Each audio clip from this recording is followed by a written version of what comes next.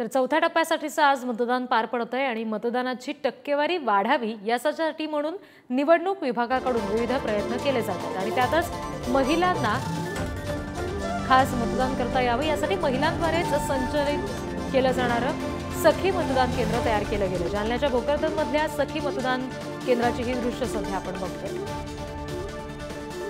आज चौथ्या टप्प्यातील मतदान पार पडते आणि यात महाराष्ट्रातील 11 लोकसभा जागांचा समावेश आहे। त्यापैकीच एक आहे ते म्हणजे जालन्यामध्ये हे एक मतदान केंद्र आहे। जालन्याच्या भोकरदनमधील हे नगर परिषदेचं मतदान केंद्र आहे आणि याला खास सखी मतदान केंद्र असं याला नाव देण्यात आलेलं आहे। म्हणजे हे पिंक बूथ आहे की जिथे महिलांची संख्या महिला मतदारांची संख्या जिथे जास्त असते त्या एका विधानसभा मतदारसंघामध्ये या प्रकारच्या एक पिंक बूथ म्हणजे सखी मतदान केंद्र तयार करण्यात येतं निवडणूक आयोगातर्फे आणि याचं जे संपूर्ण संचालन जे असतं ते पूर्णपणे महिलांच्या हाती असतं। येथील पूर्ण जे अधिकारी असतात जे कर्मचारी असतात ते महिलाच असतात आणि या प्रकारचं इथे बूथ सजवण्यात आलेलं आहे। सुस्वागतम मी मतदान करणारच आणि सखी मतदान केंद्र सक्षम मतदान केंद्र असं इथे लिहिण्यात आलेलं आहे। त्याचबरोबर सजवण्यात आलेलं आहे, रंगबिरंगी मंडप इथे टाकण्यात आलेला आहे आणि निवडणूक विभाग असो किंवा जिल्हा प्रशासन असो वेगवेगळे प्रयत्न करण्यात येतात आणि त्याच प्रयत्नातून हे अशा प्रकारचे विविध बूथ लावण्यात आलेले आहेत ज्याला सखी मतदान केंद्र किंवा पिंक बूथ असंही म्हणतात।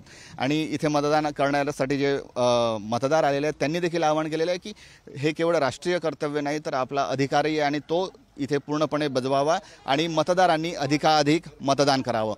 कॅमेरामन मंगेश हस्तकसह जितेंद्र शिंगाडे, पुढारी न्यूज, भोकरदन, जालना। जालन्यातली ही सखी मतदान केंद्राची दृश्य सध्या आपण बघतोय। महिलांकडून संचालित केले जाणारे हे केंद्र आहे।